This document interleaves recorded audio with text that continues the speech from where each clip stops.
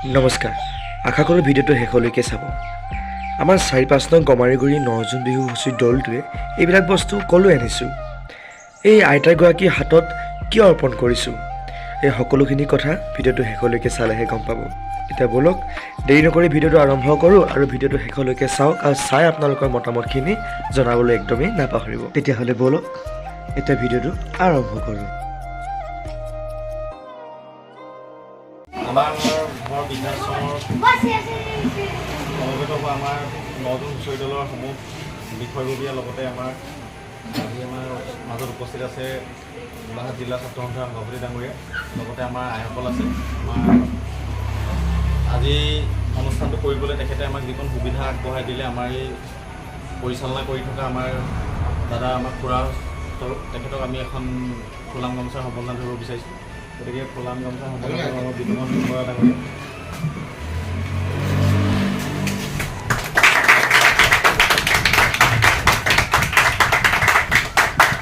আৰু এনেকুৱা এটা অনুষ্ঠান আমি কৰি থকাটো আমাৰ সকলোৱে হয়তো আমি কাকো অৱগত কৰিব বিচৰা নাই আচলতে, কিন্তু কাৰোবাৰ যদি এইটো অনুপ্ৰেৰণা হিচাপে আমি দিব পাৰোঁ, সেই ক্ষেত্ৰত আমাৰ নিৰঞ্জন দা ডাঙৰীয়া আছে, তেখেতে আমাৰ সকলোৱে হৈ পেলাই দুই এষাৰ যদি মন্তব্য দিয়ে তেনেহ'লে আমি নথৈ আনন্দিত হ'ম।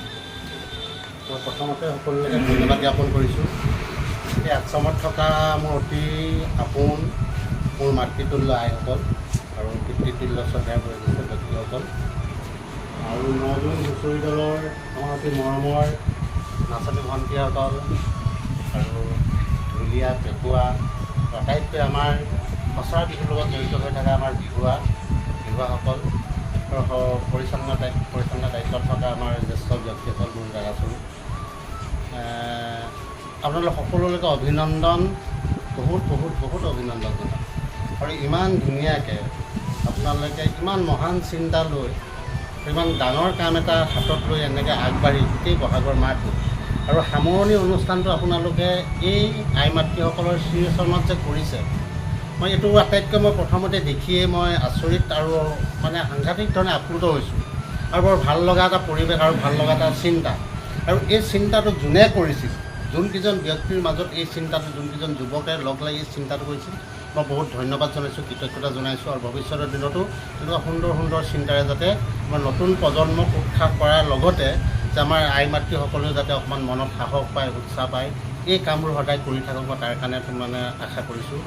আৰু এই চিন্তাটো যে এই গোটেই মাহটো, বহাগৰ মাহটো আপোনালোকে বিভিন্ন অঞ্চলত বিভিন্ন ব্যক্তি ঘৰত গৈ আপোনালোকে অনুষ্ঠান পৰিৱেশন কৰিলে, চোতাল বিহু মাৰিলে আৰু বিভিন্ন ধৰণৰ আজি অসমৰ বিভিন্ন ধৰণৰ বিহু মঞ্চত আপোনালোকে যি অনুষ্ঠান পৰিৱেশন কৰি ৰাইজক আপ্লুত কৰিলে, সেই অনুষ্ঠানৰ দৰ্শকসকলক যি মনোমোহা আপোনালোকে মানে হুঁচৰি প্ৰদৰ্শন কৰিলে, বিহু প্ৰদৰ্শন কৰিলে। আৰু আপোনালোকৰ মই ৰেকৰ্ডিং মই চালোঁ, মোৰ সৌভাগ্য হোৱা নাই বিহুজাক চোৱা, কিন্তু আজি মোবাইলতে চোৱা সৌভাগ্য হ'ল।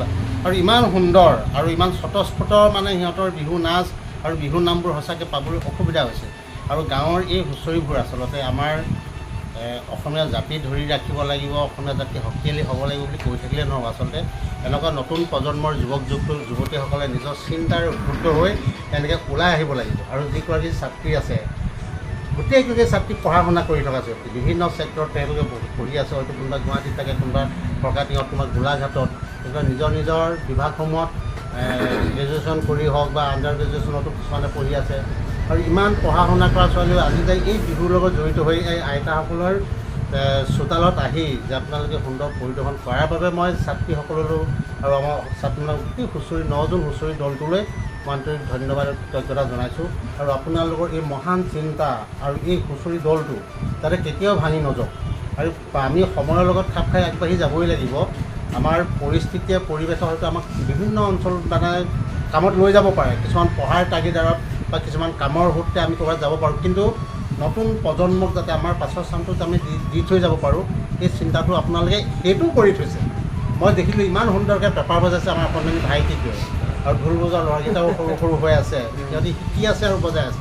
আৰু এই ডাঙৰকেইজনে যে সেই চিন্তাটো যে কৰিছে, আটাইতকৈ এইটো সাংঘাতিক ধৰণৰ মানে প্ৰশংসনীয় পদক্ষেপ।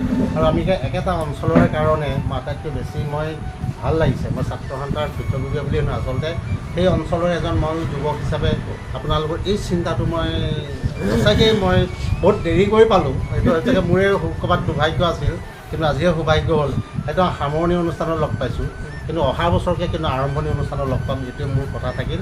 আৰু বিহু যোৱাৰ লগত যেনেধৰণে জড়িত হ'ব লাগে নিশ্চয় মই জড়িত হ'ম।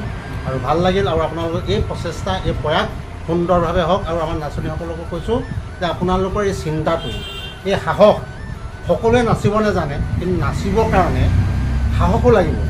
এই সাহসটোৰ কাৰণে মই ধন্যবাদ জনাইছোঁ। মানে কি হয়, নাচিবলৈ কোনোবাই ভালকৈ নাচিব, কোনোবাই বেয়াকৈ নাচিব। কিমান সুন্দৰকৈ কিমান ভালকৈ নাচিছে সেইটো ডাঙৰ কথা নহয়, কিন্তু নাচিবৰ কাৰণে যে সাহস কৰিছে, প্ৰতিগৰাকী নাচনীয়ে যে ধুনীয়াকৈ নাচিব সেইটো কথা নহয়, কিন্তু নচাৰ যে এটা মন আছে, নাচিব যে পাৰোঁ। আমি ইমান ধুনীয়াকৈ, কিন্তু আমি গান গাব নাজানিব পাৰোঁ, কিন্তু গান আমি ভাল পাওঁ, গান গুণগুণে আমি ভাল পাওঁ। আৰু এই মানে আমাৰ নাচনীখিনিৰ লগত এই সাহসটো দেখি মই ভাল পাইছোঁ। আৰু তোমালোকে এই মনৰ যিটো উদ্যম আৰু সাহস সেইটো ধৰি ৰাখিবা আৰু এনেধৰণে আগুৱাই লৈ যাবা। আৰু এনে য'তে ত'তে কিবা কিবি কৰি লাভ নাই, কিন্তু আমাৰ দেহত আৰু প্ৰাণত যিটো আমাৰ জাতিৰ প্ৰতি, আমাৰ বিহুৰ প্ৰতি, সংস্কৃতিৰ যিটো আৱেগ আছে, এই আৱেগটোক ধৰি ৰখাটো আমাৰে দায়িত্ব আছে। আৰু তাৰ বাবে মই পুনৰ সকলোকে আন্তৰিক অভিনন্দন আৰু শুভেচ্ছা জনাইছোঁ। অহাৰ বাৰে আৰু ভাল হ'ব, আৰু নতুন নতুন আমাৰ সৰু সৰু ল'ৰা ছোৱালীক ঢোল বজাবলৈ তাক পাব লাগিব। ধন্যবাদ। এই 9 জুন হুঁচৰি দলটোৰ আৰু কণ আমাৰ প্ৰথমতে গাঁৱতে যিকেইজন যুৱকে সৃষ্টি কৰিছিলে, লক্ষ্য উদ্দেশ্যবোৰ কৈছিলেহি দুজনমানৰ আগত, আৰু সেই হেতুকে আমি গৈ আগবাঢ়ি আহিছিলোঁ। আৰু সেই হেতুৱে আজি কেইবাটাও বছৰ অতিক্ৰম কৰি এই বছৰো আগৰ ধৰণে এই অনুষ্ঠানত আমি আইতাসকলক, ককাসকলক যিসকলে সেৱা আশ্ৰম আমি আগবঢ়াইছোঁ। আৰু কণ ভৱিষ্যত ল'ৰা ছোৱালীসকলকো যেন এইটো আইতা ককাসকলক সেৱা কৰাটো এটা আমাৰ মানৱিক ধৰ্মৰ, অকল এটা দিশৰে ধৰ্ম নহয়, এইটো এটা মহান ধৰ্ম। যেনেকৈ আমাৰ মা দেউতাৰ যিটো শুশ্ৰূষাৰ, ঠিক এই আমাৰ ককা আইতাহঁতকো বহু ধৰণৰ আমাৰ শুশ্ৰূষাৰ আমি প্ৰণিপাত সেৱা জনাইছোঁ আৰু জনাব লাগে। আৰু তেওঁলোকো আমি এটা আদৰ্শ দিছোঁ, বা তেওঁলোকো এটা আদৰ্শ বুজি পাইছে। সেই সন্ধিক্ষমতে আজি এনেকৈ উপস্থিত কৰিছেহি, মানে খুব ভাল লাগিলে। আৰু আমাৰ সতীৰ্থৰ নিৰঞ্জন সোণোৱাল দেৱে ক'লেহিও, আৰু ইয়াৰ মানে স্বত্বাধিকাৰী দেৱেও ক'লেহি, সঁচাকৈ খুব শলাগ। মইনো কি ক'ম, তথাপিও শলাগৰ আগবঢ়াইছোঁ। মই এই 9 জুন হুঁচৰি দলৰ এজন পৃষ্ঠপোষক, ইমানতে মোৰ ৰেখা কৰি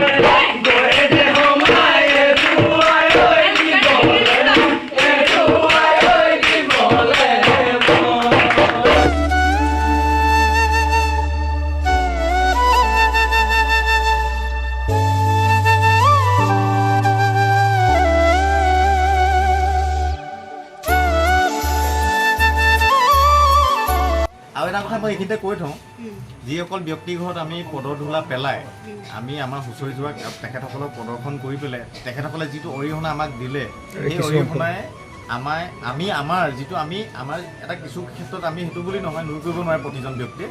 আমাৰ কিছু যাতায়াতৰ খৰচ থাকে, আমাৰ হুঁচৰি কিবা কিবি খোৱা বোৱা যথেষ্টখিনি আমাৰ খৰচাও থাকে, খোৱা বোৱা দিনটোতো খাব লাগিব। সেইখিনি কৰি পেলাই যিটো থাকে আমাৰ সাজ পোছাকৰ কথা থাকে, আমি ব্যক্তিগতভাৱে আমাৰ একো স্বাৰ্থ নাই।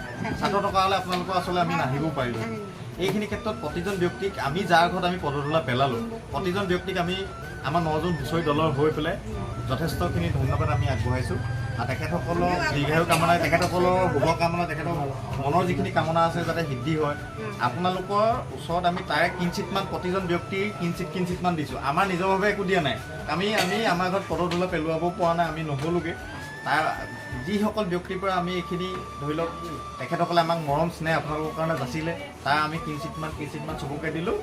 তাৰ কাৰণে আপোনালোকে যিমানখিনি পাৰে আপোনালোকৰ মনত ল'ব আৰু যথেষ্টখিনি সুখী হৈ থাকিব আৰু আশীৰ্বাদ কৰিব যাতে আমাৰ 9 জুন বিহু হুঁচৰি দলটো আমি পদধূলা আমি ফিৰত লৈছোঁ আৰু তোমালোক ইমানখিনি আনন্দ উপভোগ কৰি দিলা, সঁচাকৈ আমি নথৈ আনন্দিত। আৰু তোমালোকৰ আমি দীৰ্ঘায়ু কামনা কৰিছোঁ, সদায় যেন তোমালোকৰ এই হুঁচৰি দলটো দীৰ্ঘায়ু কামনা কৰিছোঁ আৰু ভালদৰে জীৱিত হৈ বাকী সকলোকে লগ পাই ভাল লাগিলে আৰু আমিও আশা ভালে কৰিছোঁ। কুশলে থাকিব বহুত ভাল কুশলে থাকিব। সুস্বাস্থ্য কামনা কৰিলোঁ কামনা আমিও কৰিছোঁ। ধন্যবাদ ধন্যবাদ